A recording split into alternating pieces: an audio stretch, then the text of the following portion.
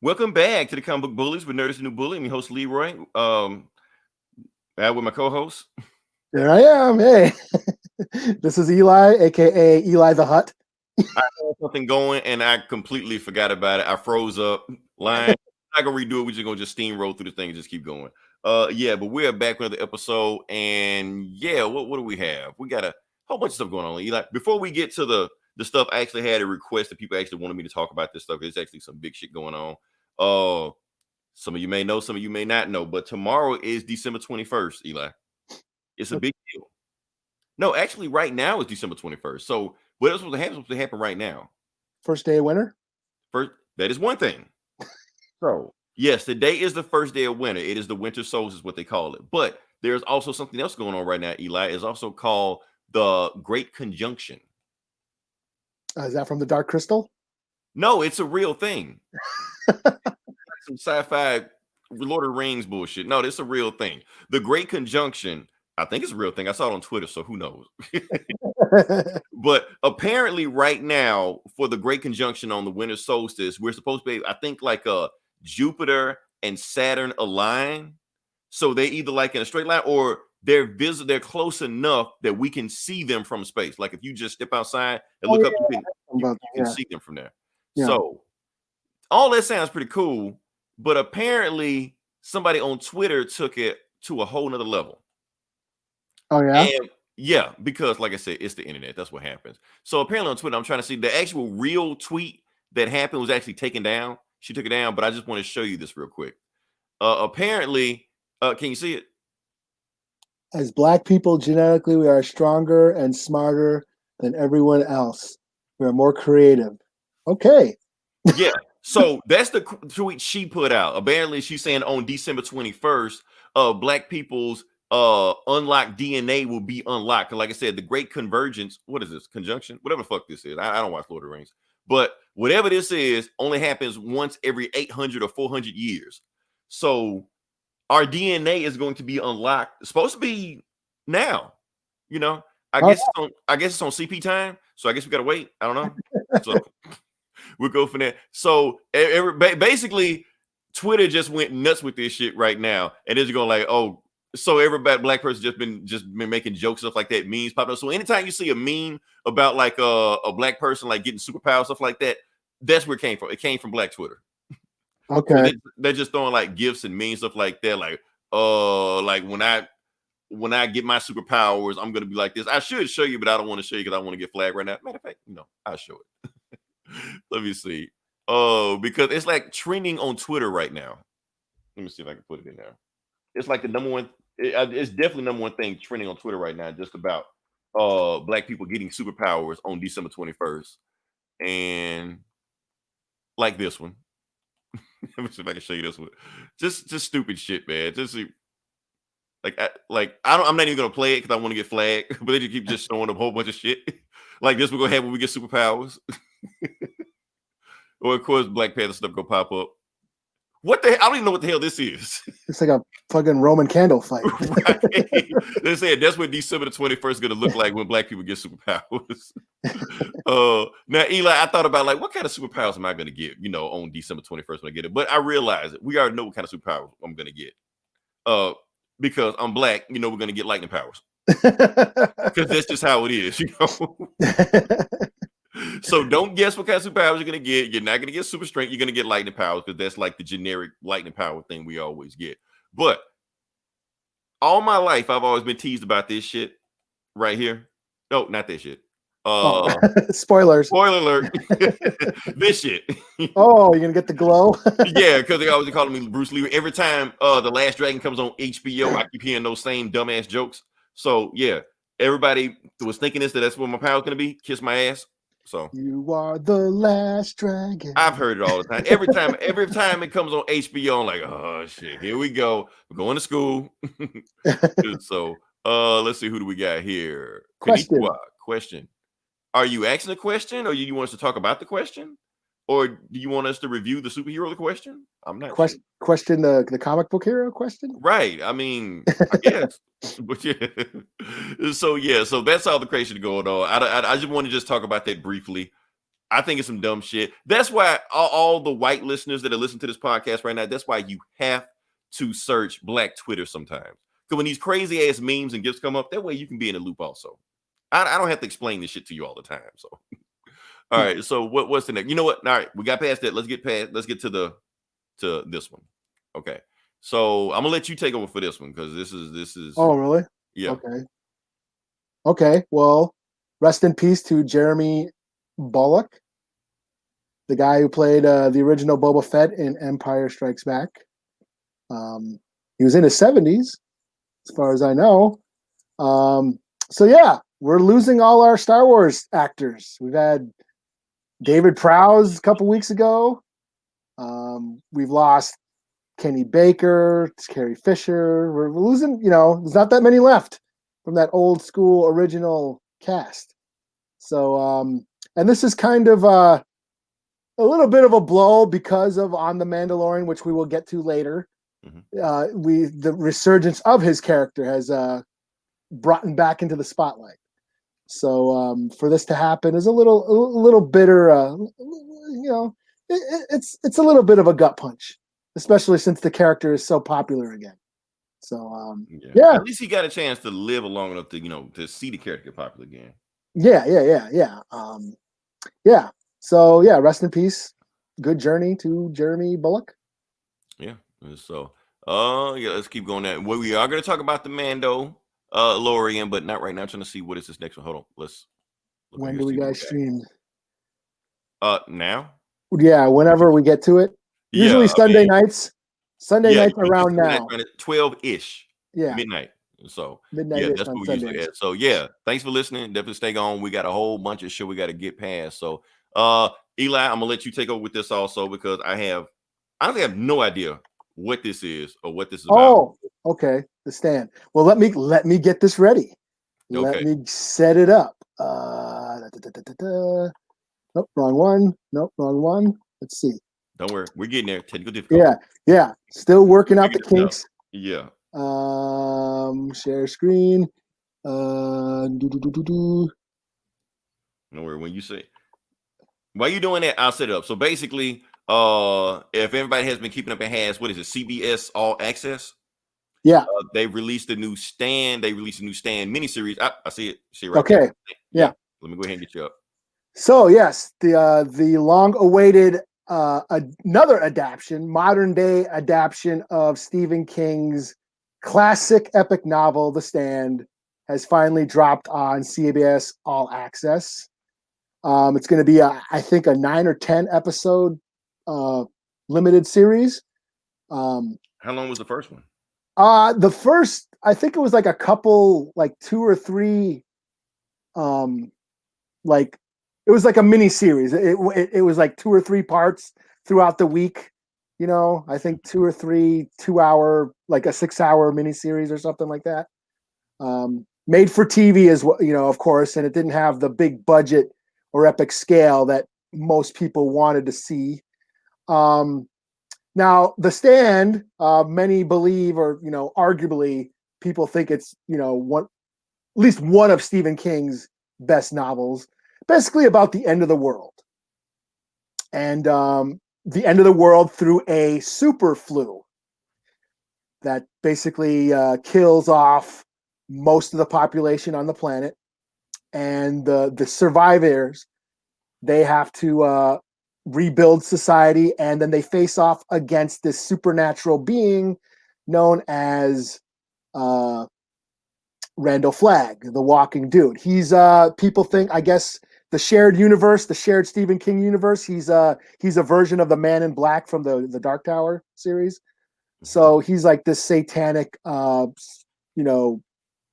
demon guy who basically rises up after the apocalypse and tries to take over the earth. And the few survivors that are left, they have to stand against him. Take a stand against him. It's like I said, it's a very long novel. Told in like 3 parts. The first part is like 300 pages, and it's all about society collapsing, and it's really creepy, and it's probably one of the first it was written back in the 70s, and he was inspired by like Night of the Living Dead and I Am Legend. So it's one of the first post-apocalyptic, what we know today as a post-apocalyptic story that, like Mad Max and, that genre now. So it's one of the first in that genre.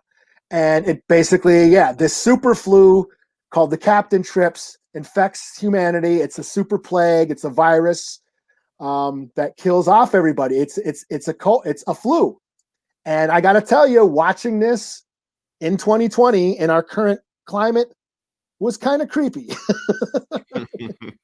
because, drawing parallels to COVID, which is no means as deadly as, I mean, it's, I'm not taking COVID lightly, but in the Captain Trips, the book here, if you get it, you're dead.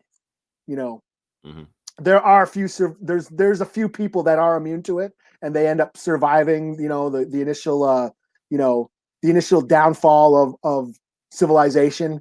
But the first part of the novel is just about society falling, civilization crumbling, the riots, the panic, and humanity just, going down the tubes. And so this first episode, I was a little taken back because it didn't have the big epic scale again, that I was hoping for, because it's just, global pandemic on a, worldwide scale. So it didn't have that big giant epic feel that I was hoping, but it focused on character, which I thought was really good. We start out with the Harold character, who's like kind of a creep, and he's after, he has a crush on this girl named Franny, and they're the only two survivors of the city they live in. They start making a trek across country, and that's basically what the first part of the book is. Survivors throughout the country sort of start making their way, and they end up meeting up at certain point, and they all end up gathering in Boulder, Colorado, and sort of start rebuilding society. This first episode started out in Boulder, where they are clearing out a church full of dead people. So it's a pivotal part in the novel. It's not the beginning, but that's where the show began. So I thought that was really interesting that they're not telling the book in chronological order. It's almost like a Tarantino movie. They're kind of jumping back and forth. So for people who haven't read the book, I don't know if that will be jarring, but I've read the book, so I was able to follow along. But it really focuses on character and the relationships between everybody, which I think is that's what I'm responding to. It would be cool to see like World War Z, and just the world falling apart. Money, they got to have a lot of money behind. Yeah, we do see glimpses of that. We are introduced to Stu, another character. He's immune. He's his story where he gets the military comes to his town. He's like the only survivor who's not getting sick. They find out that he's immune, and they're trying to draw like a vaccine from him. But then everybody in the laboratory end up dying, and he's stuck. And it's basically this first episode, we see him escaping the military laboratory, which is just this underground bunker in who knows where. It's some top secret underground bunker, and it's about him escaping. And he finds the general who's going insane. Of course, he's sick, and he basically lets him out. And he eventually meets up with Harold and Franny, and that's what it is. That the first part of this novel is them, all the survivors meeting up, and then they all having visions. So enter Whoopi Goldberg as Mother Abigail. She is like this prophet. She basically represents good. And she's like a psychic, and she knows what's going on with Randall Flagg, the walking dude. And she starts psychically calling out to all the survivors and telling them to meet up in Boulder. So that's what happens, everybody starts having these dreams or nightmares, how their character is. Harold is this like loner creep. He starts having nightmares about a wolf and Randall Flagg basically reaching out to him, and then other characters who are more compassionate. That's who Mother Abigail reaches out to. So yeah, I mean, it's the downfall of society, and shit hitting the fan. But I gotta say, I enjoyed it. I was expecting a big, huge budget, I Am Legend, grand epic scale. But I think it's more small and focuses on character, which I'm enjoying. So I mean, yeah. I don't think we can. I think it's unrealistic for us to expect Disney Plus budgets on every streaming platform. Yeah. Yeah. So I'll do the stop screen. There you go. Okay. So back yeah, to you saying you like the show. I'm digging it, and yeah, I finally got the CBS app for this. So did you ever check out any of the Twilight Zone episodes? I can do that now. I can check out Star Trek and Twilight Zone and all the other stuff they got on there. Peele and all that. So yeah. All right. So now we're gonna get into it. Now we're gonna talk about Mando. We're gonna talk about Mando. We missed it last week because it was so much info dump that happened last week. We actually didn't have room for it, but now we got room to do it this time. So let's just talk about it, get into it. Eli, what'd you think about it? Oh, well, I was in total. I gushed. I was gushing. I've watched the episode like 5 times now. I did also was watching it work a couple times, just to get it. It was spoiled for me. That's one thing. Oh, was it? Okay. Yeah, I wait. It drops Thursday nights at 2 a.m. So I wait up to watch. I didn't know that. So I just woke up in the middle of the night, like 4 o'clock in the morning, and it was already spoiled. Oh, really? Well, it wasn't me. It wasn't you, but somebody else. I was like, because that's how I knew it was on. I was like, oh, it's a new Mando episode. Okay. And it was just spoiled, just left, right. Yeah. Because I watched it, and then my brother called me up right after I got done watching it. My brother called dude, did you see the Mando? I'm like, yeah, I did. He's like, oh man, and we were just like, damn, Now everybody's going crazy over the last 5 minutes or 10 minutes of the episode, whatever like that. But I think it's kind of overshadowed everything else that happened because they really wrapped up everything that was going on in this season. Yes, it was. Moff Gideon had played them. Here's the thing. He actually planned for everything they did, except for the last 5 minutes. Up until that point, he had them beat.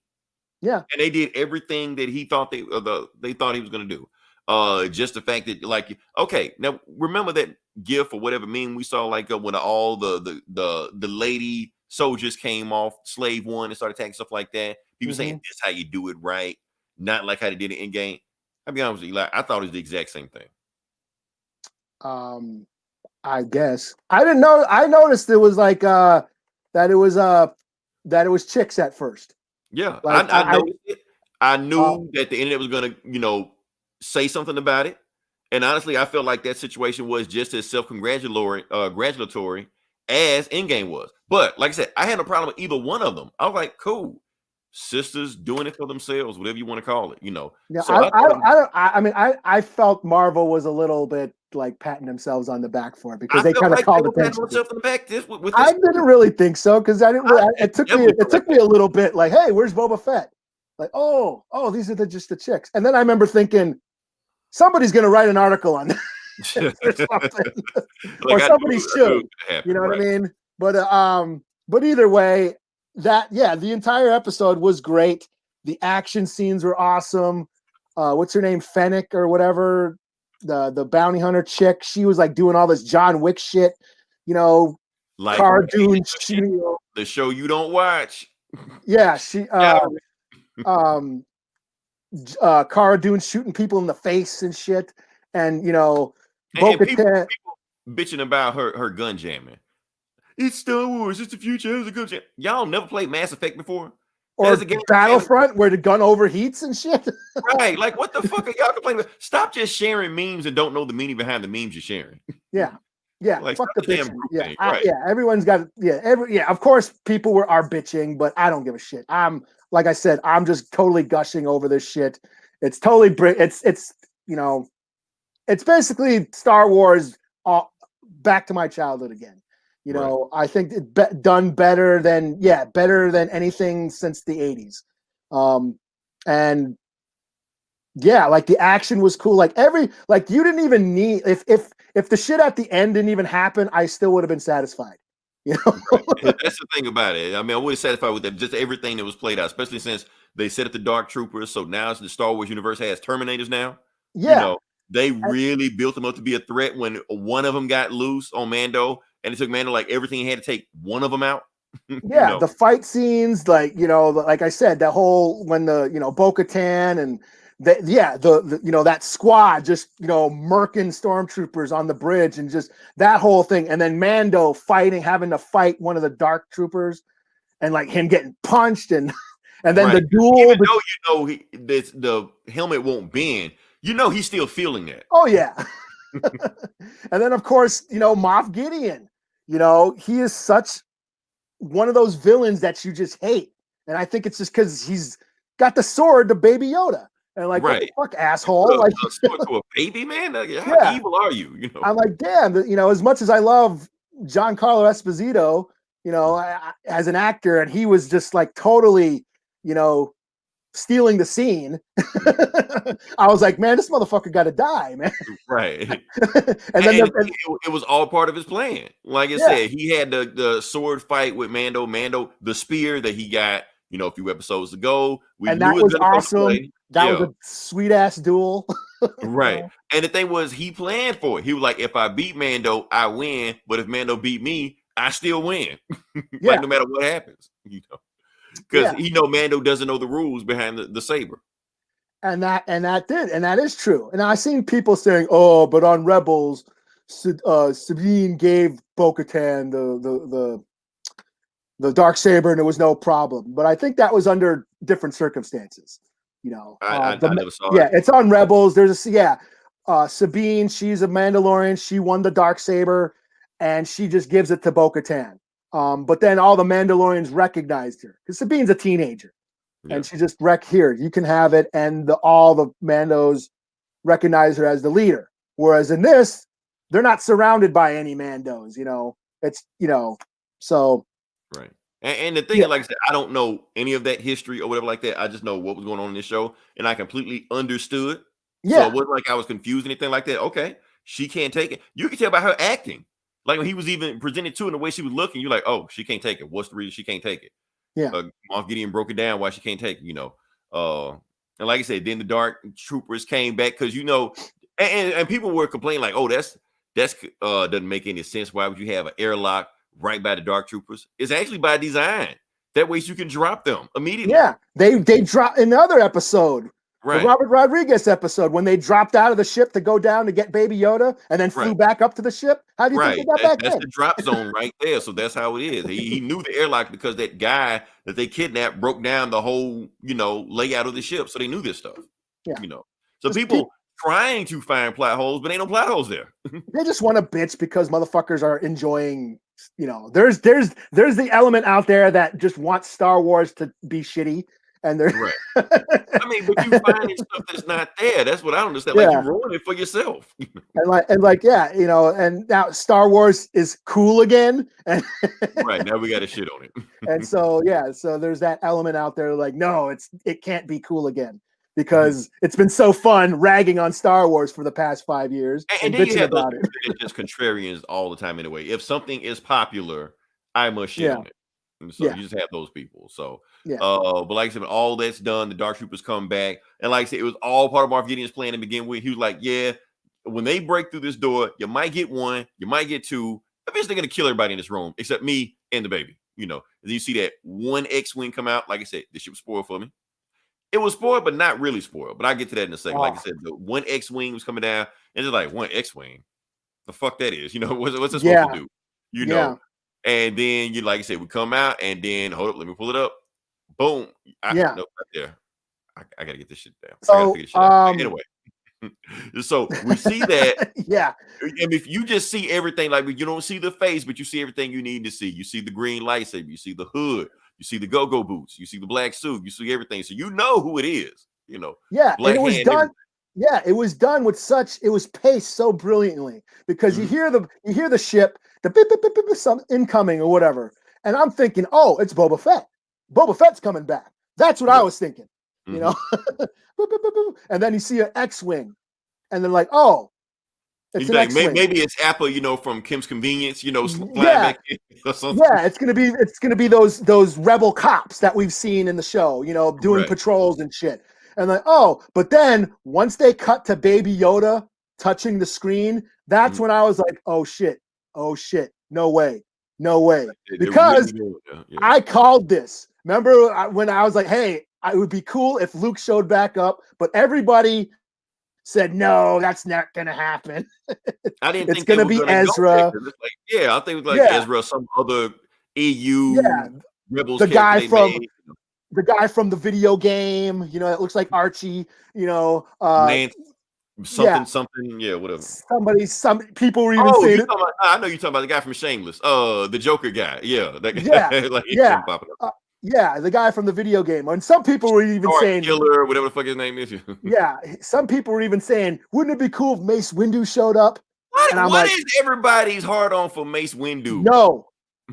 And here's my thing about Mace Windu showing up and how that would suck. Because that means Mace Windu has been hiding out for 50 years while all this shit going on. That makes him even more of a bitch than Luke hiding out on that island. Exactly. So no, leave Mace Windu alone.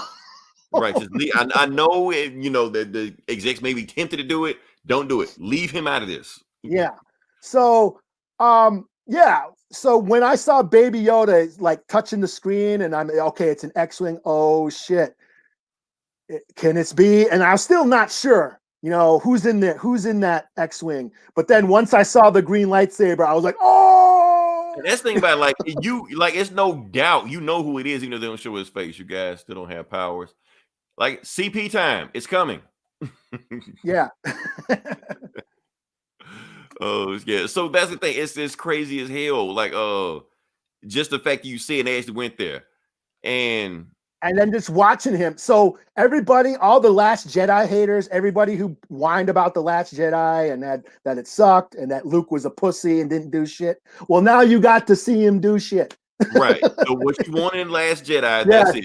And it confirmed my suspicion. What I always thought. I always thought that people hated Last Jedi strictly because Luke didn't just destroy and Swiss cheese everybody. If they had changed it and left the movie the exact same way and just have it where Luke Swiss cheese at whatever like that. If there was that's the greatest movie of all time. Yeah. If there was one scene where Luke kicked some sort of ass, then I think people would have been satisfied. But no, they saved it for the end to have him do this cool Jedi mind trick, which I had no problem with, but I'm not going to go there. I digress. But I think people wouldn't have given Last Jedi that much shit. But this redeems them.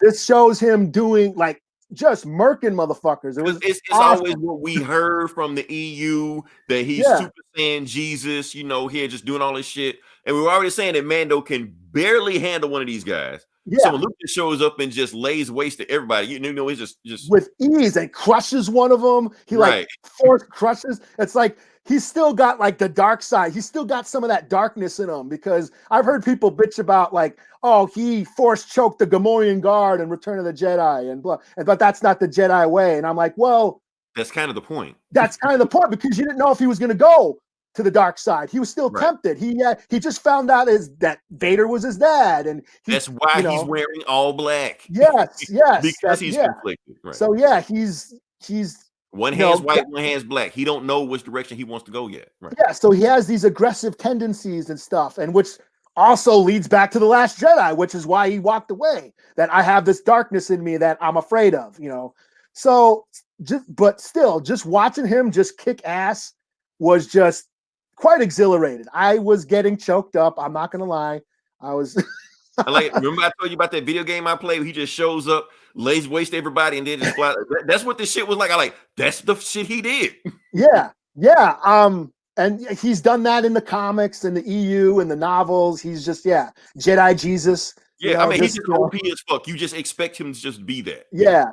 But seeing him do that, because Luke was my hero.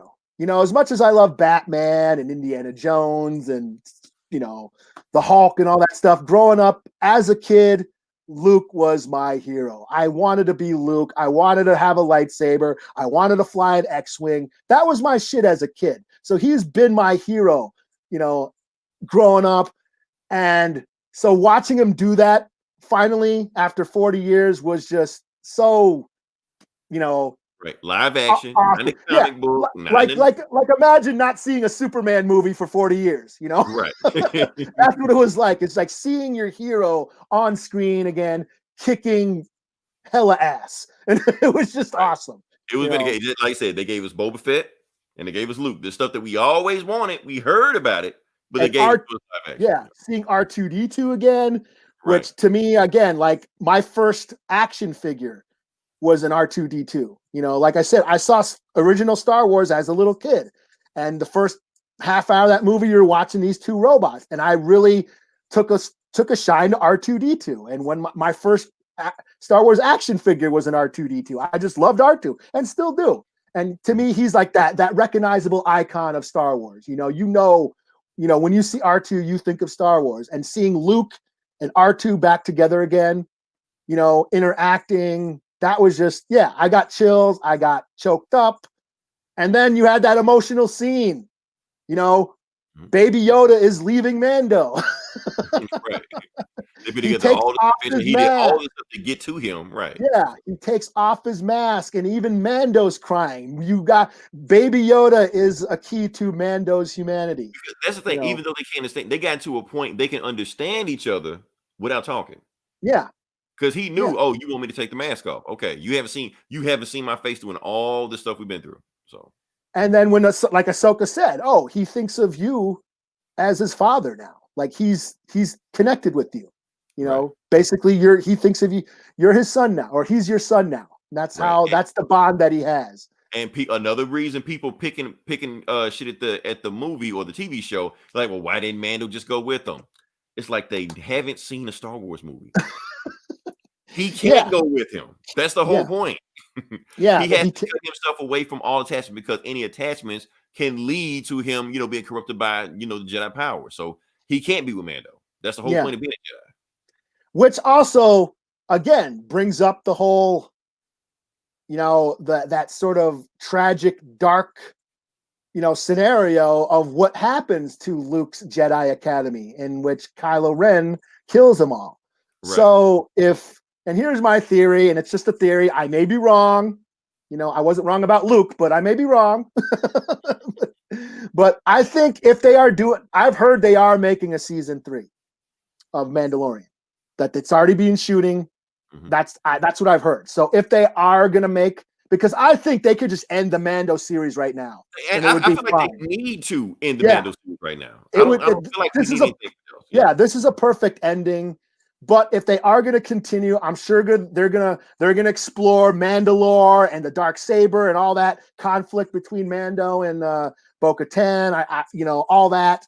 I'm sure that's going to be explored. But the only reason why people mostly watch the show is because of Baby Yoda. That's the thing. That's their cash cow, right? Yeah. So I think he's going to return in some way. I think Luke will probably realize that detaching a Jedi from his loved ones causes imbalance and leads to the dark side. Or he can even let him say, I'm gonna let him, you can see him for a, I don't know, weekend or some shit. And the whole season, like visitation or something. Right, yeah. Some shit. Because that's how Kylo Ren was raised. That's how, in the EU, Luke gets married. You know what I mean? So, they don't go before, Lucas, they don't start, Luke starts sort of not following that strict Jedi monk code, which is what brought the Jedi, to its knees in the first place. So I think, he's going to be more lax on some things. So I think they're going to bring Baby Yoda back in some form. They would, if they do a Mandalorian season 3, they would have to. Yeah, maybe know Baby Yoda, then they know the show. Most people don't even know what show he's on. They just see him. Maybe they're going to do a time jump. Where we're going to see older Baby Yoda a little older and then returns or something. But I think they're going to deal with the Mandalore, because it's called the Mandalorian, and him but you can't do too big of a time jump because, like I said, we got the other shit. Yeah. Sequel, so I think we're going to get back more into the the Mandalorian culture, and because he was a foundling. So he, that whole tension between, I love that tension between like Bo-Katan, who was born a royal on Mandalore, and then you have all these offshoots of the Death Watch who are challenging her, and she's like, "Oh no, I was born there, motherfucker. Who the fuck are you to tell me who's a Mandalorian or whatever?" Right. But then you got Boba Fett, who don't give a shit. He don't. Honestly, I think people are arguing about that way too much. Easy Mandalorian. Who cares? He don't give a shit. Why should we give a shit? That's my whole thing. That's Boba Fett. Boba Fett was always a loner on his own side. He just, whoever paid him, that's who he was loyal to. He's like he's a Ronin. He's a masterless samurai, just going around getting by however he needs to. So he doesn't follow that code. He barely followed the bounty hunter's code. But so are we gonna talk about the after credit scene? Yeah, let's talk about the after credit scene. Yeah. So hold up. Yeah. So hold up. Let me pull it up. So after the credits, we get to this Boba Fett. We cut to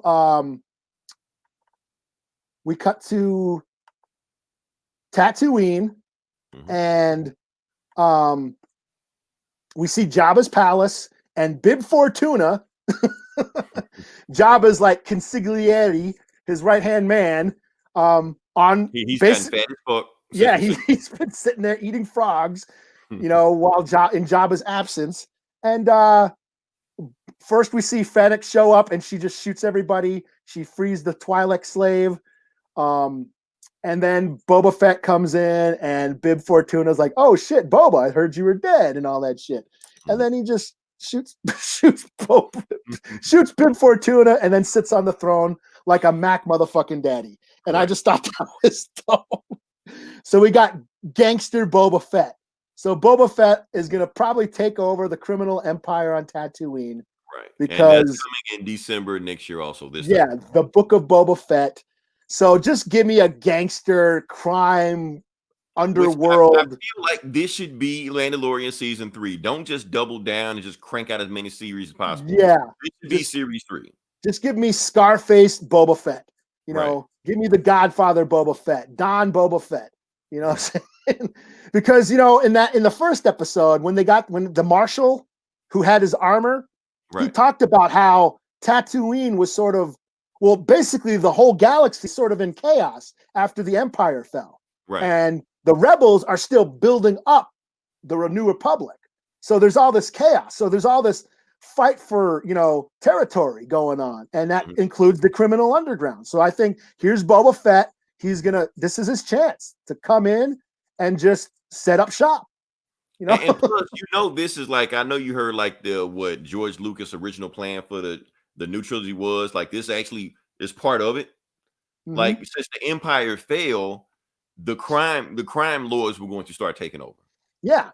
And he was even going to bring back Darth Maul. That was his plan. Darth Maul was going to come back. Yeah, and this we can. I mean, I'm not sure about Prince Xizor in the new canon. He died in Shadows of the Empire. That's part of the EU.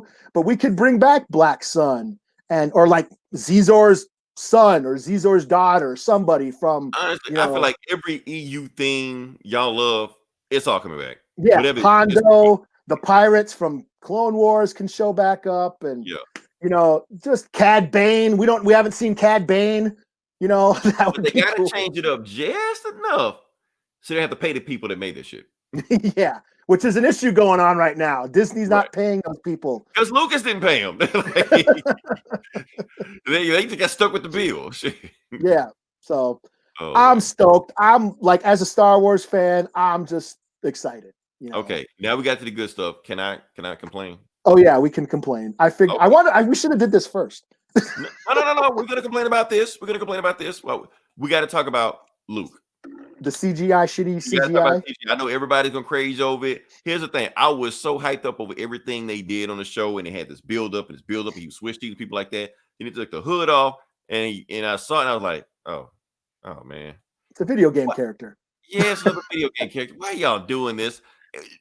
Here's the thing: like, if you just look at a still picture of it, a still photo, it don't look that bad. But in motion, it's in that uncanny valley. Yeah, where it throws you off. Like, what's that face swap shit they're doing on Deep fakes. Yeah, Deep fakes better than that on Facebook.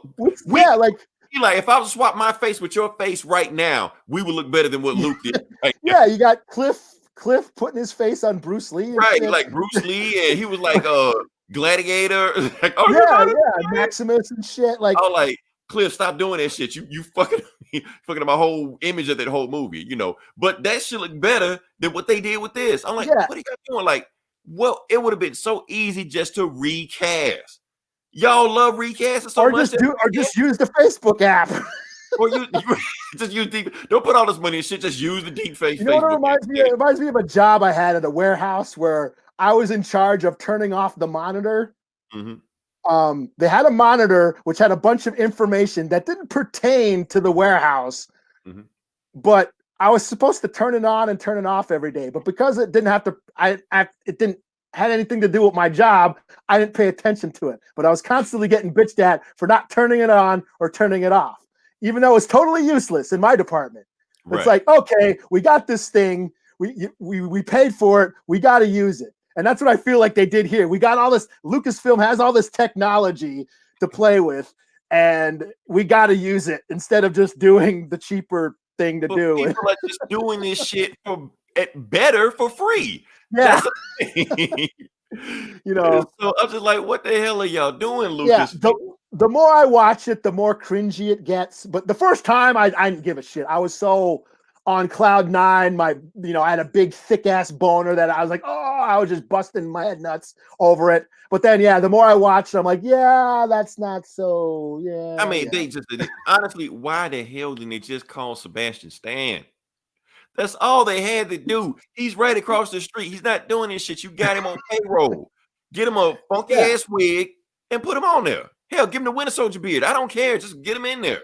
Yeah, but I think I think if now that Star Wars is making a show about everything, they could probably do that now. They could probably do a young Luke Skywalker and then cast Sebastian Stan as it. That would be cool. That would be the smart thing to do. Yeah, I mean, they showed a picture of them like right side by side each other, like Mark Hamill 30 years ago and Sebastian Stan. They look exactly alike. So you definitely have that, and that would have been if they would have had Sebastian Stan take the hood off. That would have shipped like, okay, this is great shit ever. Great shit ever. I'm gonna watch it 10, 12 times. But when he took the helmet, he took the hood off, and then it was just, oh man. Everything else was awesome. Everything else was awesome. I mean, like I said, I didn't care the first time. I was like, oh shit, I didn't care. Oh, it's Luke. It's Luke. Oh, it's Luke. It is Luke. Ah. But then the more, I watched it. Yeah, I watched it so many times now, and I'm just like, because I think they self-impose. I think they imposed Mark Hamill's face over him. Like Mark Hamill was there. Yeah, like doing the talk. That's why I think, because if you look at it really close, the lips don't match. What's the Scorsese, the De Niro, the fucking movie Irishman? It looked kind of like that. Where it was a little iffy. You can tell it was CGI. Yeah, and I feel like it was a step above what they did in Rogue One. Rogue One, when they did that shit with Grand Moff Tarkin, it took me out of the movie. Like, and Carrie Fisher, and especially because remember Carrie Fisher died like a couple weeks after Rogue One came out. Right. And then I remember because I seen Rogue One multiple times in the theater, so I'm seeing that movie after she died, and then that part came on. That was a little. Yeah. That cut a little bit. Yeah, I was just like, Now they did do a better job of it in what was it, Rise of Skywalker, when they had it, when they were both young and doing they were training and shit, but you could tell. But it was like lit differently. It was darker. Yeah, so it was like they were lightsaber lights were on their faces and shit, and they weren't conversating. Conversation, so conversing, whatever. Conversation. I'm just saying, people gonna light us up for this or whatever. Conversationing. Conversating. That's my whole thing about that. So that's the only gripe I had. I just wish when they took the hood off, it was, now, and here's a reason I don't want, because I feel like they wrapped this story up so perfectly. That's why I don't want a season 3 of this iteration of it, because I feel like it's gonna dilute what we just got. Yeah, I mean, sometimes stories I'm need totally to fine end, with this being the series finale. especially if they Yeah. got like 50 million Star Wars characters they can continue this same story with. Yeah, because we got that New Republic Rangers or whatever show Whatever coming the hell out. it is, Cara Dune, she ain't doing Yeah, shit. and Star Wars is a show. Ahsoka's got the show, which is probably going to have. That's probably where we're going to see Ezra show up. Right. And Baby Yoda can show back up in that. If it's about her, and then Luke is back. Right. Luke can show up in Ahsoka, and then get Sebastian Stan for Ahsoka. Right. Actually, I think I saw and I wish I had this picture. They showed the actor that did like the mocap form. He looked like Luke Skywalker. Okay. So I think at first they were going to use that guy. Because that was a stunt. Yeah, there's no way Mark Hamill was doing all that dueling and shit. Right. I've been in the gym, Oh man, can we move on past that? Yeah. Okay, like I said, awesome episode. Yeah. Like I said, people that haven't watched Mandalorian, it doesn't matter if you like Star Wars, hate Star Wars, know anything about Star Wars, watch the show. You'll like it. You actually don't even really need a frame of reference, but if you know that stuff, it's even better. Yeah. If you're a fan and you watch Clone Wars and all, if you're just a fan of Star Wars, you're gonna totally gush over it like me. But right, I know people who aren't fans of Star Wars that like it just because of Baby Yoda. That's the Baby Yoda show, and it's space cowboys. Right. You know That's why anytime I do like a standalone clip, I show Baby Yoda first. Anytime we talk about Mandalorian, before we talk about anything. So yeah.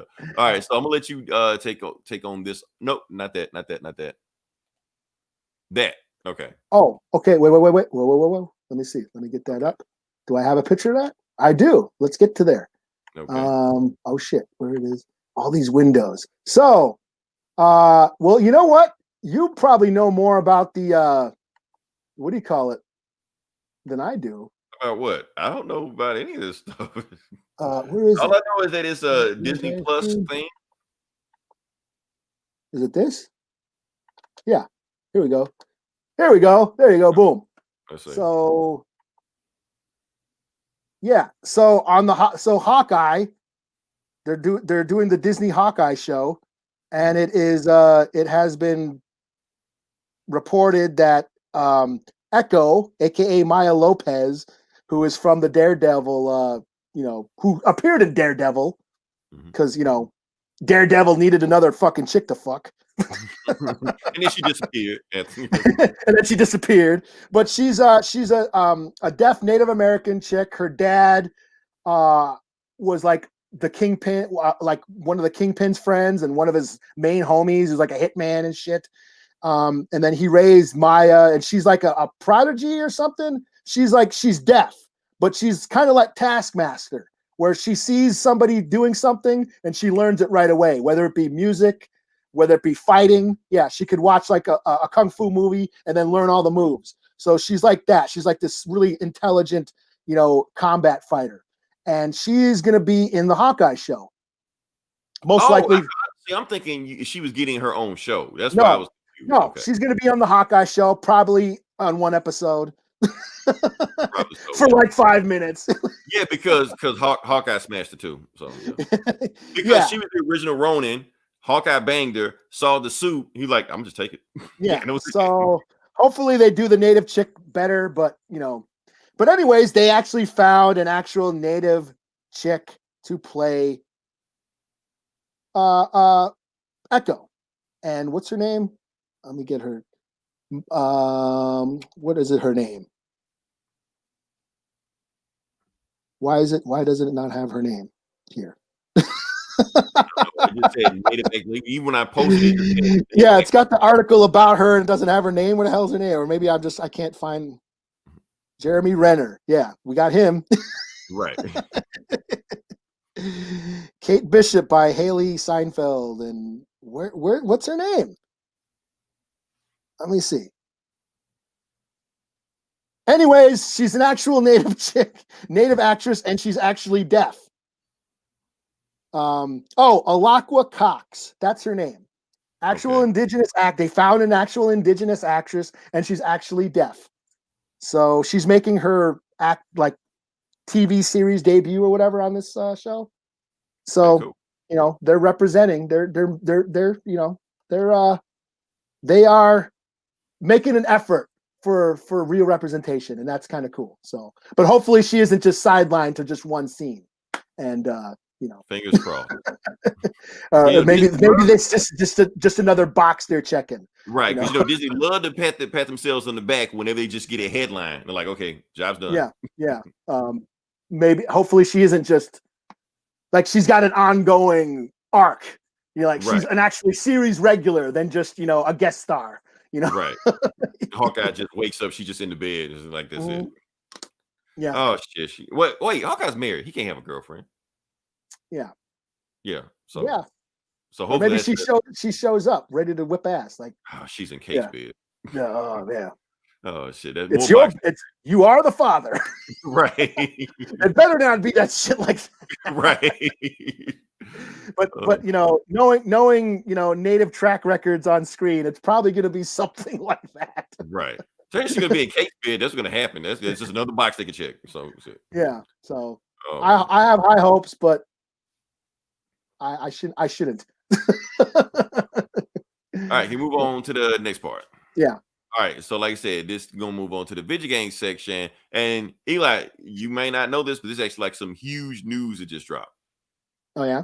Yeah, with this whole cyberpunk thing. I didn't get the thing, but that's okay. Yeah, this whole cyberpunk thing is a freaking disaster right now. What's going on? Because what they did is that Cyberpunk has gotten so many bugs and so many complaints about it that the PlayStation Store actually made an official statement that they have removed the game from the PlayStation Store.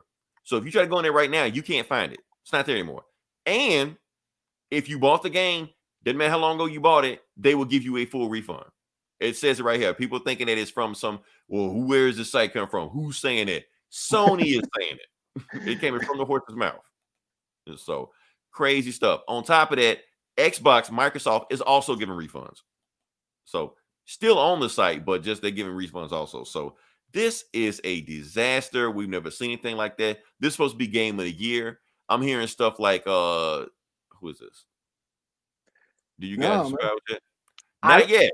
I don't think I'm getting it. I'm not black. I thought you black might people be 199th Wakandan or something. I don't know. I thought since black people are the smartest according to that chick. Right. I don't think I'm getting any. Right.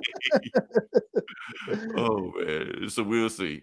But yeah, that's all the crazy stuff going on right now. So Cyberpunk, they saying that company has lost like $1 billion. So remember we talking about Avengers, how they lost all that money, shit like that.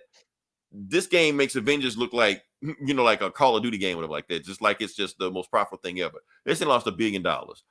They don't know when the game is going back up on PlayStation. This is going to be just off probably until March. Is it because of the glitching or something, or because it's not running on the old system or something? It's not running on the old system. That's exactly what's going on right now. So the game, from what I'm hearing, like it's running fine if you have like a up-to-date PC. Game's running fine. But as far as like the Xbox and the PlayStation, it's pretty much when they made the game, it's pretty much like an afterthought. They really didn't think much about this game when they made it. So I've seen footage of it like on Digital Foundry or whatever like that. I've seen footage on it. It runs like in like really low frame rates. They saying glitches popping up all over the place. Because the main thing, if you bought us, they wanted this game to run on the systems made in 2021. Xbox PlayStation came out in 2013. They're not powerful enough to run a game system like this. But what they're saying is going to take it down. Long? Shit.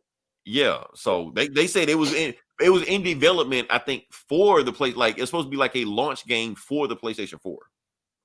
But yeah, because they've been talking about it for forever, years, and for years, kept pushing back the release and all that, and right. So so they just decided to take the game down. They're gonna fix it, and I guess they're gonna make like a low end PlayStation version. Or I don't know, because they had to put it on the PlayStation Xbox version, because you just can't make it just for the PlayStation 5 and the Xbox Series X for two reasons. I'll say it in a second. One, because most people have PlayStation 4s and Xbox Ones, so that's where you're gonna make most of your money from. Two, because even though they're saying the PlayStation 5 is like the biggest launch system in PlayStation history, they haven't sold any games for it. Why? Because scalpers are buying this thing and nobody can get them. So since they're selling a bunch of systems, but nobody's playing them because nobody can get their hands on them, so they can't sell games for those systems. So all these scalpers are like, oh shit, no one's buying a. Yeah, the scalp is actually screwing up the industry right now because they're keeping these games for themselves, and nobody wants to buy a fucking PlayStation for $1,000. It's just sitting in the garage. So since it's sitting in the garage, nobody's got them. Nobody can play them. So yeah, it's just a whole fucked up situation. But yeah, Cyberpunk. I was gonna get it, but I heard all this crazy shit. I'm just like, I don't know. Plus, my PC, I want to run it, but I'm scared Cyberpunk would just like butt fuck my system. I don't know. So I'm kind of scared to just put it on there. So I don't know. Yeah, when we record the podcast, you'll be freezing up and shit. Right, 7 frames per second. I'm playing Cyberpunk right now. Like, no, I'm not doing this shit. Fucking max headroom and shit. Right. Welcome to the comic book.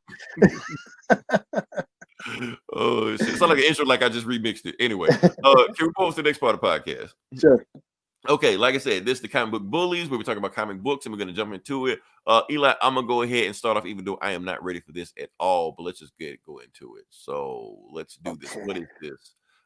Dark Knights Meadow number 6. Eli, are you up to date on your Dark Knights? I am not. I am so not.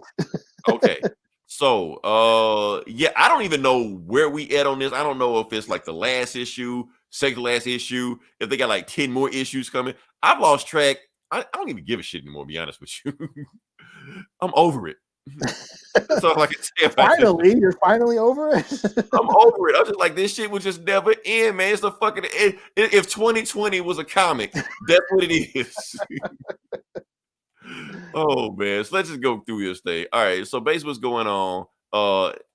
Okay, so basically what happened in the last issue, the Dark Knight who laughs, or the Darkest Knight, whatever you want to call his name, has sicked his, like, all of his Infinite Crisis armies onto Earth, and they gotta fight and all this like that. While he's doing that down there, they gotta fight.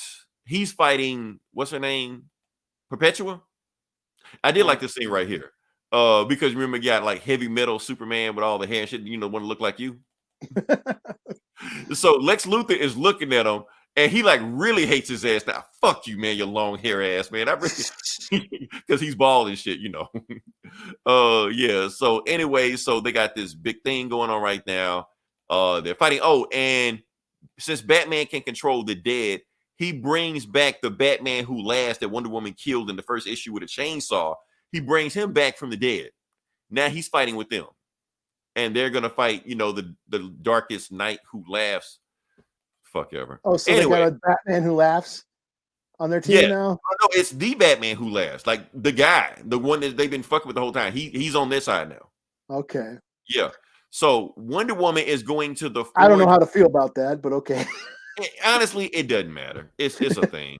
It doesn't even matter. So Wonder Woman is going to the Forger of Worlds, and she's bringing back. I'm trying to see if I can say it.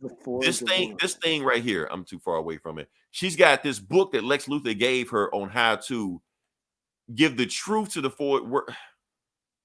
Fuck this book, man. Anyway, let me just come to the end of this shit. Anyway.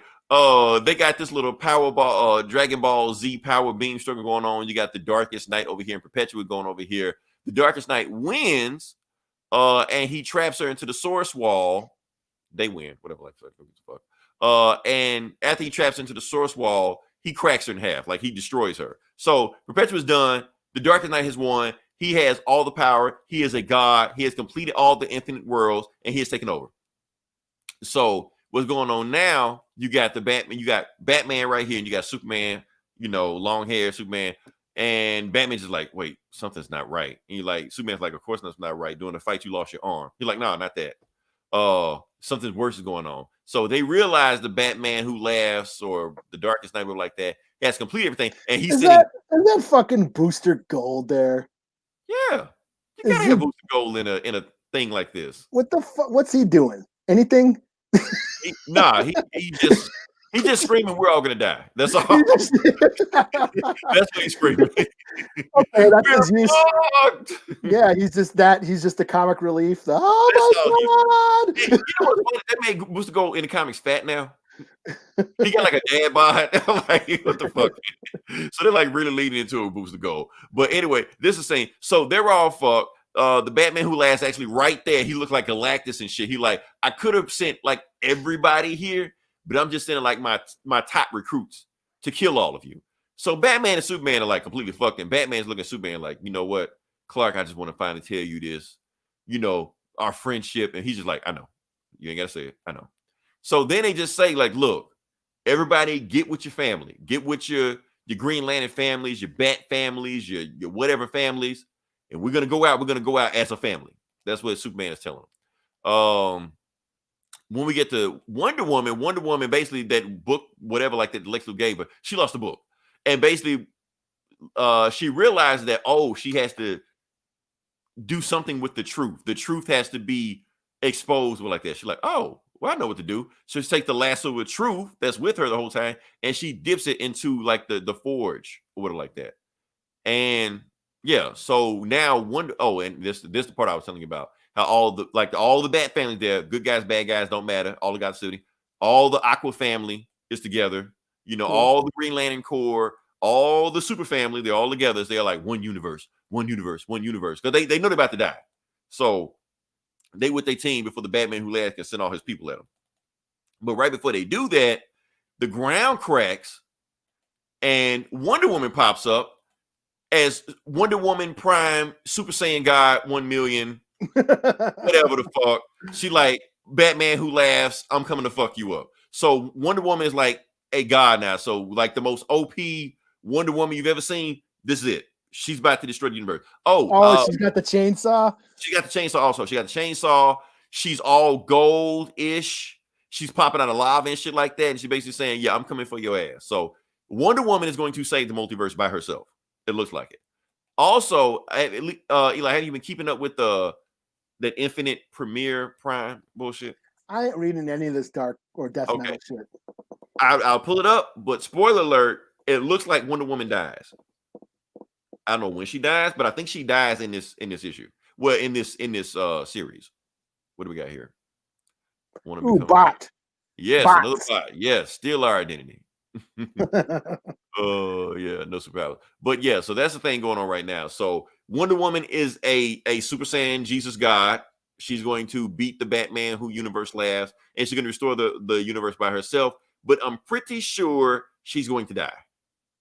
Because in all of that, you know, all new, all different PC, DC universe and all stuff like that, they showing everybody except her. So. This isn't death metal then. This is metal. That new shit. The death metal is leading into the new shit. Okay. Yeah. The not Infinity. What's it called? Whatever the fuck that shit is. Yeah. So Infinity Watch or something. Infinity Crisis. Yeah, whatever the fuck it is. So this shit, whatever the ending of this, leads into that. And then they show them all looking off into the ride, stuff like that. And you look at the picture, Wonder Woman isn't there, but she's actually like in the background looking translucent. Image of her is over the sun. Like everybody's looking at Wonder Woman. So apparently it looked like she's going to sacrifice herself. Okay. That's my theory, but it's a strong. I think Gomer agrees with me on this. We talked about it. We thinking, yeah, she's gonna die in this. Like the next episode, next issue of whatever the fuck this is. So yeah. All right. Okay. Overall, 3 out of 5. I'm so ready for this shit to be over with. Yeah, it's not done yet. Damn. Yeah. No, it's another issue after this. What I did was the last page. It's more shit after this. So like, end this shit already. Fuck. Anyway. All right. What you got next? Well, I guess since we are going to we're talking about DC, we might as well talk about Batman. The Batman. Okay. The Batman. All right. Which I think all this shit leads to that whatever the hell also. So I don't know. Yeah. So is that here? Do you see it? Or what the hell? E4. Why is it not going? No. I think you gotta click it. No. Okay, fuck it. Let's just go back to it. Yeah, why is it not doing it? Anyways, fuck it. I'll just talk about it. Fuck it.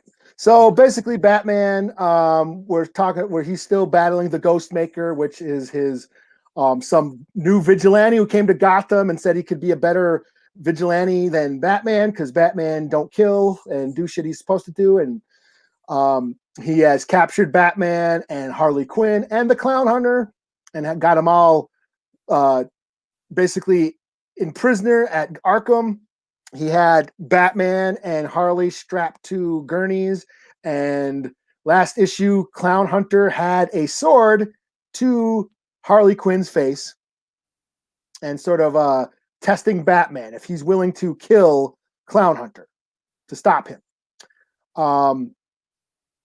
Basically, Clown Hunter, Batman gets out of his restraints, frees Harley, and then Harley actually has a one-on-one with Clown Hunter, which I thought was very poignant. And she basically says, "Hey, I know how you feel, kid. I was with you too.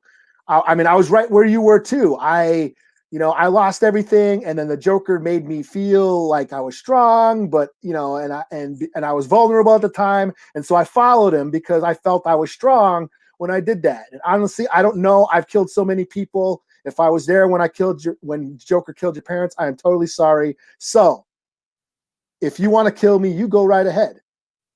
And she kind of like basically stands there, "Kill me if you want. It's up to you." And Clown Hunter decides not to do it, and he runs off. Then Ghostmaker's like, "Okay, I'm about to go kill this kid," and Batman and Ghostmaker have a fight, and they talk about how it's basically what I just said, that Ghostmaker says Batman's soft, he doesn't do what's necessary to stop crime, and Batman's like, "No, I do this. I don't kill people. I don't do what you want. Our two philosophies are different because I actually care about people. I don't want people to feel the same way that I felt. I think people always deserve a second chance, including Harley Quinn, including Clown Hunter, and including you." And basically they basically come to a standoff and like, what? We're not going to get along ever, but because Ghost Hunter's like, "I'm going to go to whatever Asian city and stop all the crime there, blah blah blah blah. You should come with me." And Batman's like, "No, why don't you stay here in Gotham and help me? Basically, I'm broke right now. All my tech is gone. I could use some help, and you can help me rid Gotham of crime." And Ghost Hunter says, "Sure, why not?"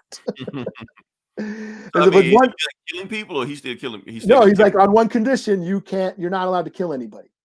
Okay.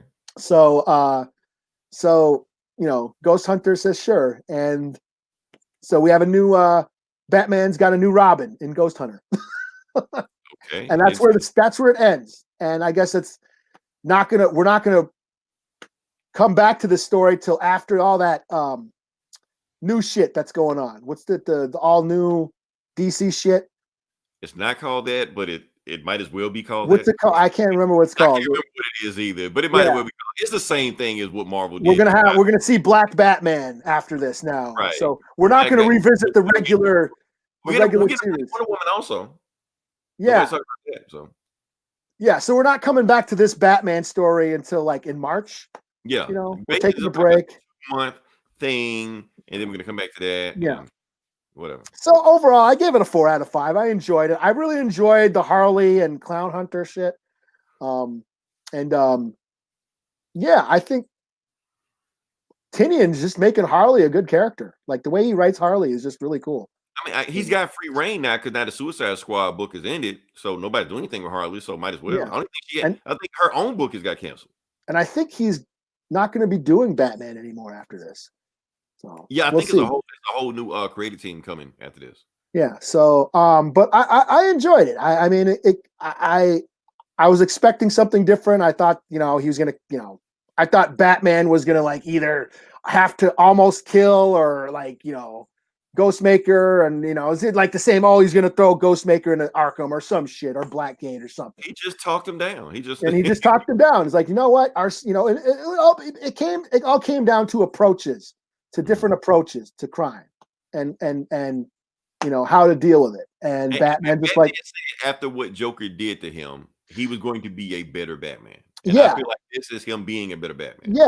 yeah, and like Because before, I think that's Woody. He would have just tried to just fight the guy all over, Gotham. And yeah, shit. just beat the shit out of him and then lock him up, and only for him to Yeah, do it again. Like, no, let's have him. right. Let's have some long term change.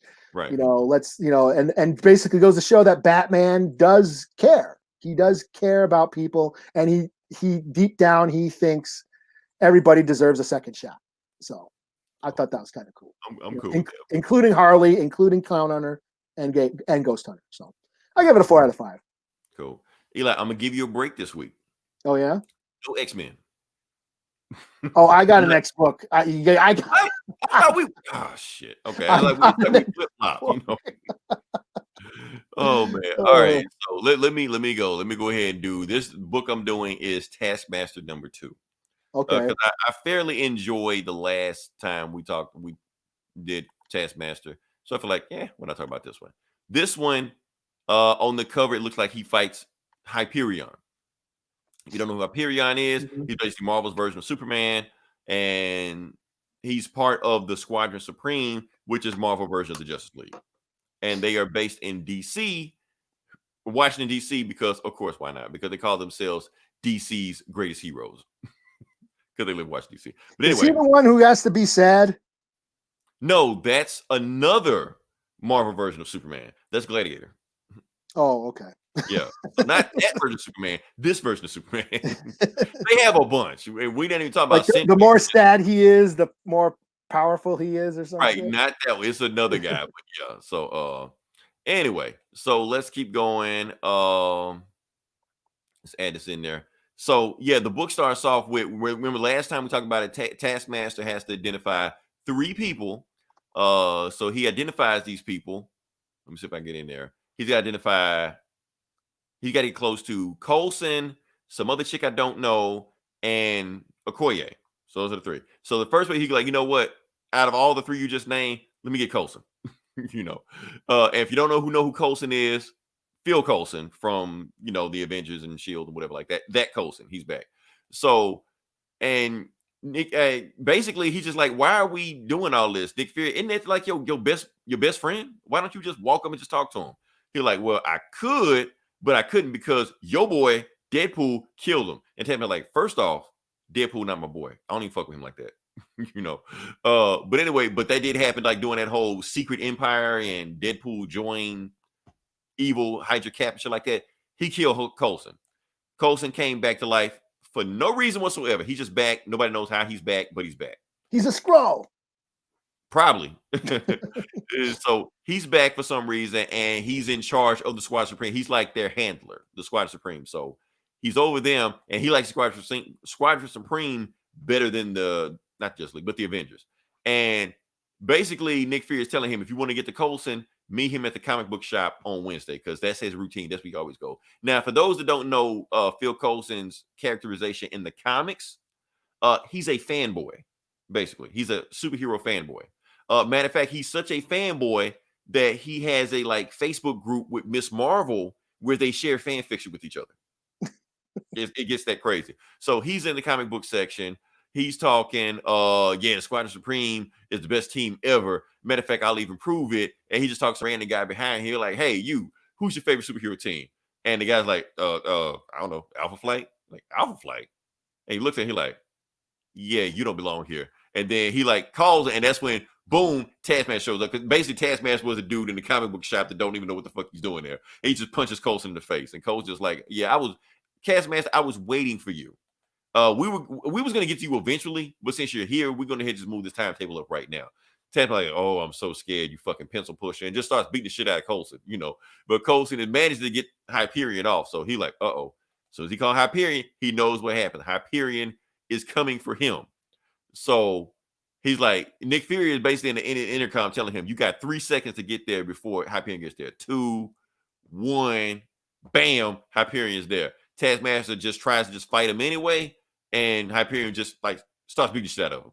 But of course, he's holding back because he's like Superman strong and shit like that. But it's enough that Taskmaster can feel this shit, and it's just an ass whooping for the next 20 issues and shit like that. Taskmaster got his sword, supposed to be made of adamantium, shit like that. Hyperion doesn't care, breaks the shit, punches him some more and shit like that. But apparently, Nick Fury, just like he's Superman, he has a weakness. The radiation from his home planet called Argonite. But it's just small enough. He's only got one shot to get that Argonite shot off, that'll make a weak shit like that. So Tad's like, okay, let's do it. So what Taskmaster does, so how the hell am I supposed to shoot an arrow at a dude that moves faster than a speeding bullet? So Taskmaster has a plan. He stands up, he shoots the bow and arrow, but he misses him on purpose.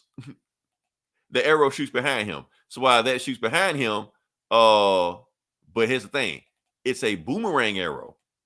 Yeah. So the shoots past when the boomerang comes back. That's something new. Yeah, it hits him in the back. He wasn't expecting it. Because the thing was, he saw how weak Taskmaster was. He underestimated him. So he let his guard down. So he wasn't paying attention when the arrow shot back at him. Got him. And Taskmaster just goes in like murder, kill mode. Like he's an assassin. He's like, I'm finna fuck this dude up. I'm just beat the shit out of him. And that's what he does. He just goes to work on Hyperion. And then he fears in his ear, like, don't do it. Yeah, it's bloody and shit. Yeah, like because Hyperion fucked him up. Yeah. He was like, if you do it, they will never stop coming after you. You're like, all right. Yeah, I'm and then he give like the Batman. Yeah, he give like pretty ill shit. Yeah, that's the thing. He like, I will let you live because I got other shit to do. Kind of like the Batman speech. Just want you to know I'm the one man who beat you and all that. So he was like, if you had that arrow, why you just shoot him ahead of time? He was like, the reason I didn't do it because I wanted him to underestimate it. I wanted him to let his guard down, but I showed him. And then when he collapsed and Nick Fury just picks him up. While he doing all that shit, Black Widow has found their base and she realized what they're doing and who they're tracking. So she's on the trail also. Remember, she's still trying to kill Taskmaster also. And the end. And Taskmaster is fighting whoever the fuck this is. I don't know. I think that's Black Widow. But it got Black shit. Oh, is it fucking Black Cat? I don't know. I want to say White Tiger, but I don't know. Anyway, cool book. And like I said, not the greatest thing ever, but it's a fun time to pass. The art's pretty cool, man. Yeah, the artwork is pretty cool on there also. And like I said, Taskmaster versus Hyperion fight, I kind of figured, they're gonna have his weakness, some kind of magic rock or shit like that. They found some fucking elsewhere, but it's still watching Taskmaster just get the shit beat out of him the whole time. That was pretty fun. Well, I mean, and bloody. I mean, that's some bloody ass shit. For a Marvel, Yeah, I have hopes for the Alien books now. They can put shit off in a Taskmaster book, right? Man. So yeah, 45, cool book. So yeah. All right. Let's see. Share screen. Window. Okay, so I'll do New Mutants. New Mutants. All right. New Mutants number 14. All right. So I jumped back. I haven't been following this for a while. I jumped back in because it was the start of a new arc. They're coming out of the X of Swords or 10 of Swords shit. So I decided, you know what? Fuck it. I'll jump back in, see what's going on. And so basically, the New Mutants are. Is this gonna come up? Come on, yeah, you gotta do the thing. Okay, yeah, okay. So basically, the New Mutants are the original team, or like part of we got Danny Moonstar, Rain Sinclair, we got fucking Warpath on the team now. We have Karma and Magic. They basically write a letter to Professor X and the Quiet Council. They're like, hey, we'd like to start training the youth. Give some of these mutant kids something to do. Harness their powers, give them some training. And Professor X is like, yeah, go for it. So this is basically them the team finding a bunch of these kids and training them. We have blah blah blah blah blah. We have so Moonstar, Karma, Warlock, Magic, Wolvesbane, Warpath. Then we have Fuana. Some of these people I don't know. I'm not I'm not the biggest X-Men fan, so I don't know some of these motherfuckers. But we got Fauna.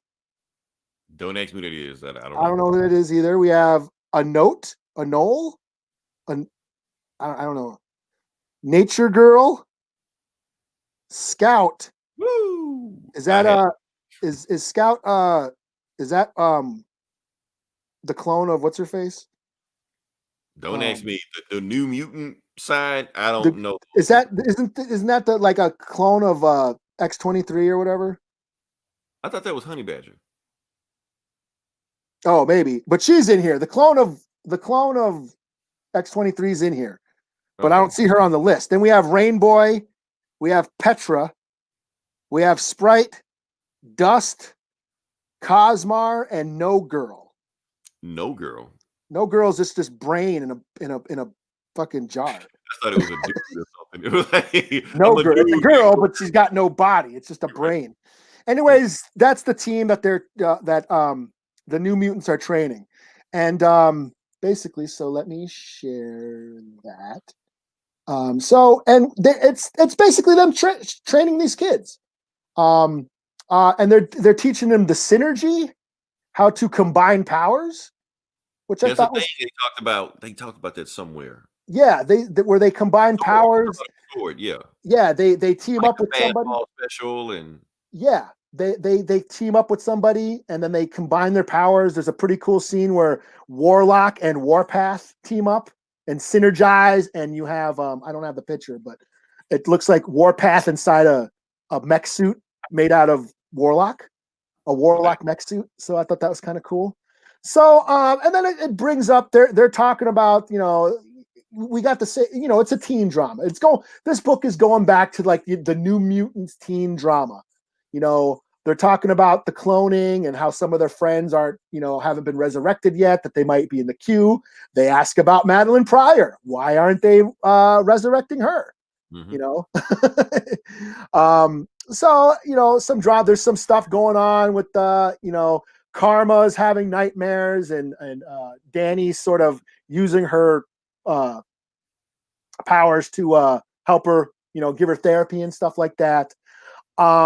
So basically at the end, after a day of training, all these kids, they go back to their separate ways, and they're on Krakoa, and they go into the cave. All these new kids go into a cave, and in that cave, can I go there? Why is it not letting me go there? Won't let me go there? Damn it. Let me see. Blah, blah, blah, blah, blah. Share screen. Window. Yeah, that one. There we go. So they go into this cave. Amal Farouk, the Shadow King, is in there. Mm-hmm. And he's doing something with them. If he's going to possess them, we don't know. But in the beginning of this book, we got a flashback of Amal Farouk as a child and how the Shadow King first met him. So the Shadow King is on Krakoa, basically, somehow. I don't know if anybody knows this. I didn't know that either. Yeah, so that's probably going to cause some problems. I enjoyed it, taking, New Mutants back to its roots, being just like the teen mutant book. Who's on this book? Vidja Ayala is writing. Rod Reese is doing the art, which is very reminiscent of Sienkiewicz. I'm glad you said the name right. Yeah. Oh, that's why it wouldn't go. I had to go back. So, see, these damn. We're learning. Yeah. So back that way. Okay. So yeah, I enjoyed it. Cool jumping on point. And we're kind of onto a new story arc. So yeah, 4 out of 5. New Mutants. Cool. All right. Last book I got, I'm going to do is, I don't know why I got this book. I just feel like doing it. Black Cat, #1. Okay. Yeah, I just feel like reading Black Cat for some reason. Well, here's the thing. It is a King in Black tie-in. Okay. Yeah, so it has something to do with the whole King in Black going on right now. So basically, when we see the Black Cat, she is stealing, because the thing, when S.H.I.E.L.D. went down, they left all these like weapon and caches laying all around the city of New York. So what Black Cat does is that if she finds anybody, she just steals the shit, just goes from there. And she got a whole heist team that she does stuff like that. But in the middle of while she's doing it, boom, a symbiote dragon breaks out of nowhere and just interrupts her heist. She's like, oh shit, there's some weird shit going on down right now. So she realized, but she knew it was like this, what was this thing?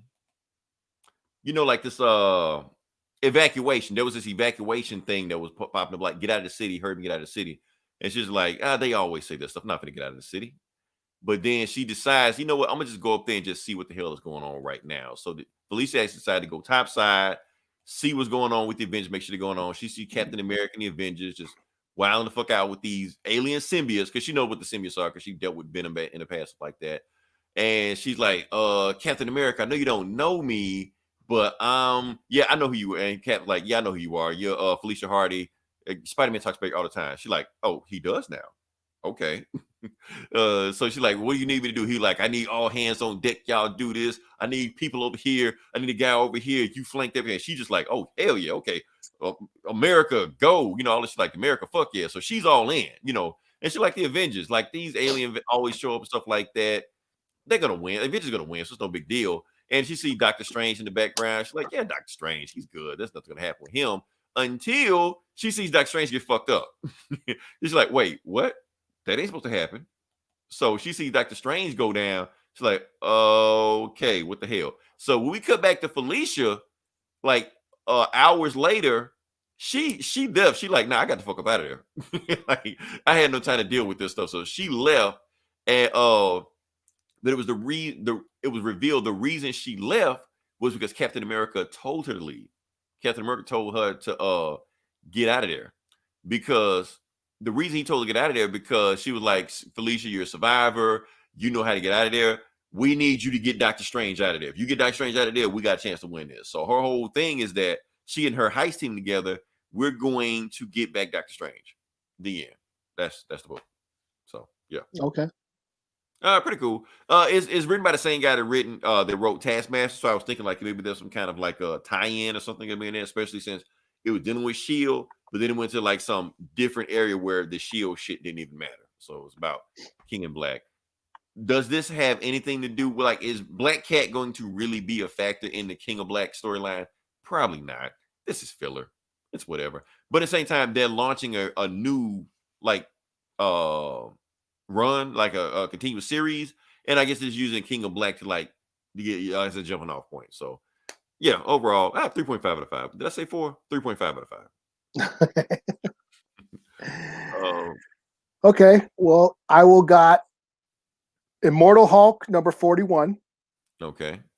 So this picks up where we last left off, where Ben Grimm, the Thing, is fighting Joe Fixit Hulk. Okay. And basically Joe Fixit has been, Banner's been separated from the Hulk body. He's in hell. The leader's doing shit to him.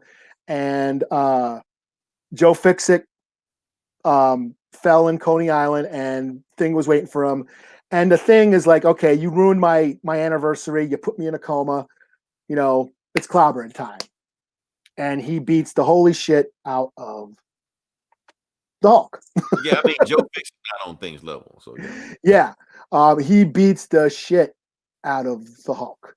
And he's like, Ben Grimm's is taking it out on him,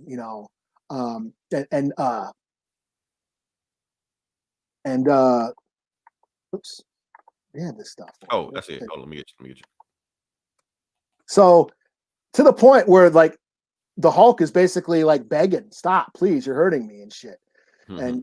And Ben is like, oh, really? You can dish it out, but you can't take it. You know how many lives you've ruined, and all the the cities and the damage you've caused, and now you're begging and you're crying and shit. Mm-hmm. But finally, Joe, he's like, you know what, fuck it. He turns back into human form. And he's like, hey, you got to stop, because you're basically beating up a child. And he's referring to all the multiple personalities. And, Child Hulk, regular Incredible Hulk, he's basically a big kid, mm-hmm. That can't control his temper, throwing a tantrum. So you're basically beating up a child, So Ben Grimm. But the child has been beating him up for years. Yeah. So Ben Grimm, because Ben Grimm's just that cool of a guy, he says, okay, I'll stop. And he takes pity on him, which I thought was really cool. This issue just shows how cool Ben Grimm is. So Ben Grimm ends up taking, Joe Fixit to get some hot dogs. They're on Coney Island. They're going to Nathan's hot dog stand, which I've been there. Great hot dogs. So he's and Joe Fixit basically tells the Thing what's been going on in the entire Immortal Hulk run, about the Green Door, about the leader possessing everybody, and all that stuff, and how Banner is being trapped in hell, and he basically, catches him up on everything. That's what's been going on. Yeah, he's in a different headspace than last time they met. So yeah.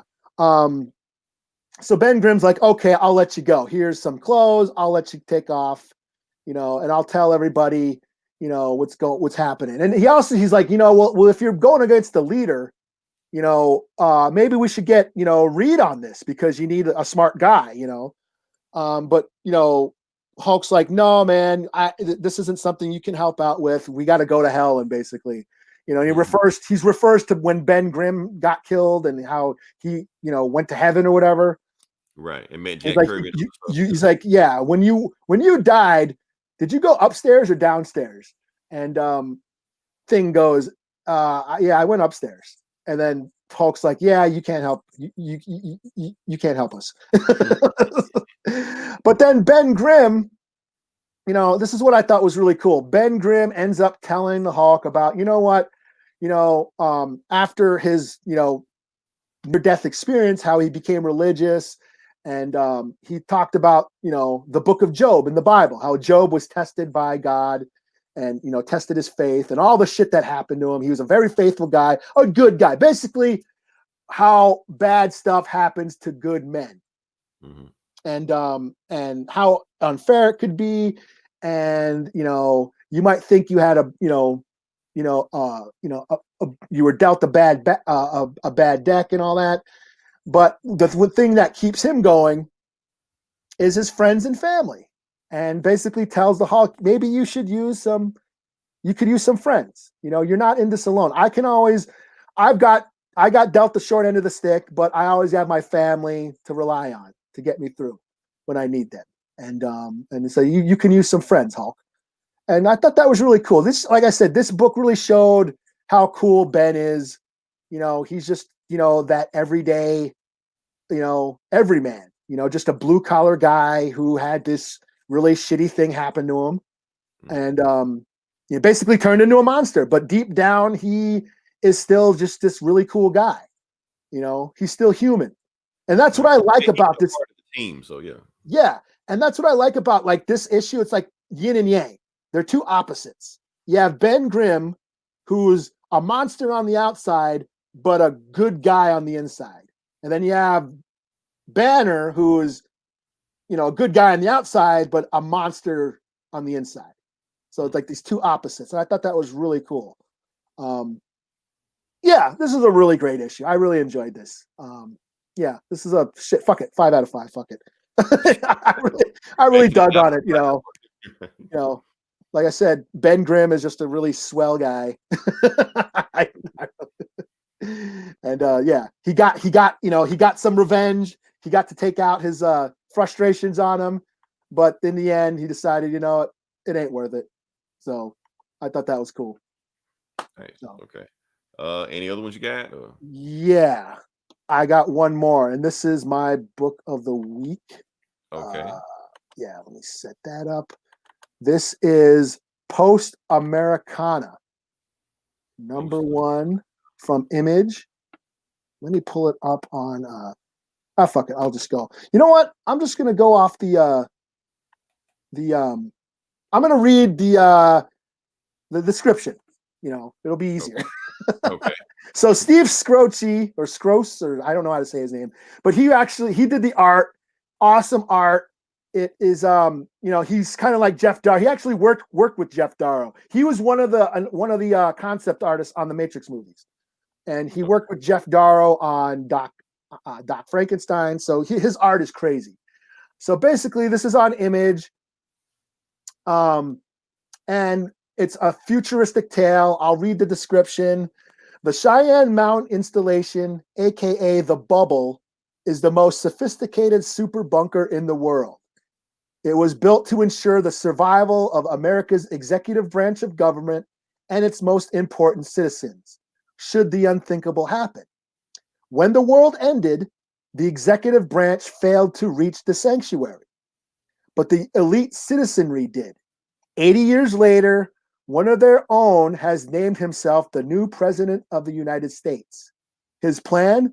Subjugate the survivors of the American wasteland using the same bunker resources meant to rebuild it. The only thing standing in their way is a deadly wasteland girl hell-bent on revenge. So this has been described as basically a like Kill Bill meets Mad Max Fury Road. And as you can tell, the art is crazy. It's violent. It's gory. Right up my alley. Right. Yeah, this, and it's nothing new. It's sci-fi, future, dystopian America that's making comments on our current socio-political climate. We've seen them before. But this is just told in this over-the-top, violent, very darkly comedic style. It's hilarious. There's a lot of funny parts in here, like mutant chickens. There's like the president. He looks like Reagan in a way. Okay, yeah, it's definitely coming through there. Yeah. Yeah, mutant cannibal gangs roaming the wastelands, mutant chickens that eat people. It's the way it's told, it's just refreshing. And it also points out, because one of the so in the book there's this like the dome, they call it the dome or the bubble, this secret hideout that was meant for the rich and the wealthy to survive any apocalypse. And they've been living there in the lap of luxury for 80 years while the rest of the world's gone to shit, turned into the cursed earth, like in Judge Dredd. But there's a faction of rebels inside the bubble that want to save the country. And once this like fascist guy becomes president, and he's going to use like the military to go destroy, the country and raise this fascist regime, they decide to, rebel, and they escape the mountain to try and warn everybody. And they meet up with this chick. I forget her name, but yeah, obviously they must have did something there, because she's like, I want to kill all these people. So she meets up with one of these rebels from the inside, and it sort of touches on, classism, and it makes a comment on like ultra like privileged liberals, bleeding heart liberals but they've come from like a rich background. They come from money. They come from like the affluent suburbs or stuff. They've had privileged lives, but they want to like, help out, the poor communities, but they've never actually ever been poor. You know what I mean? So you have that naive sort of, ideology from them. And then you have this girl who's lived in this wasteland, lived in, this marginalized community, been a minority, been poor and struggled, those two ideologies clashing, but they need each other, because the guy from the inside, he's been living in the lap of luxury, he's like, I know what they're doing. I know what they're capable of. So we need to work together. We need to combine forces to help fight this fascism. So I thought that was really cool. Yeah, here's the president dude. Yeah, He's just some rich guy who decides, I want to be president and I'm going to take over the world. And like I said, the art was really brutal and violent, and heads being blown off, decapitations, cannibal gangs, and like I said, mutants eating people. Yeah, I give this a 5 out of 5. This was great. I can't wait. I want more. Like, I want to read the next issue like now. So So yeah, Post Americana #1. If you're into cool sci-fi political satire, told in violent, gory fashion, check it out. Well, I'm sold. Okay. Yeah, Shoot, any more books you got? I'm booked out. Okay, cool. Yeah. Like I said, if you listen this long, definitely like, share, subscribe. Definitely share this out. No, I still don't have any powers yet. You're on the clock. Did you at least try? Did you see if you could shoot lasers at your eyes real quick? Let me see. Let me let me see if I can read your thoughts. I'm thinking of a number between think of a number between 1 and 5. We're trying to run real quick. Right. Oh man. So next week I guess is gonna be the last week of 2020. So I guess Goldberg was asking, are we doing like an end of the year show? I mean, we always do, but this year kind of sucks. So I don't know what we're gonna do. Yeah, what are we gonna choose from? We'll figure something out. We'll talk. We got a week to figure this out. So next week, I feel like we are gonna do a end of the year. Because I'm pretty sure the books are gonna be slow because it's Christmas and that's always an off week, So yeah, so we can just do a episode just of that. So yeah, we'll figure something out. We got a week to figure it out. Yeah. Yeah. Until then, this is Leroy. This is Eli. We talk to you guys next week. Same bullet time.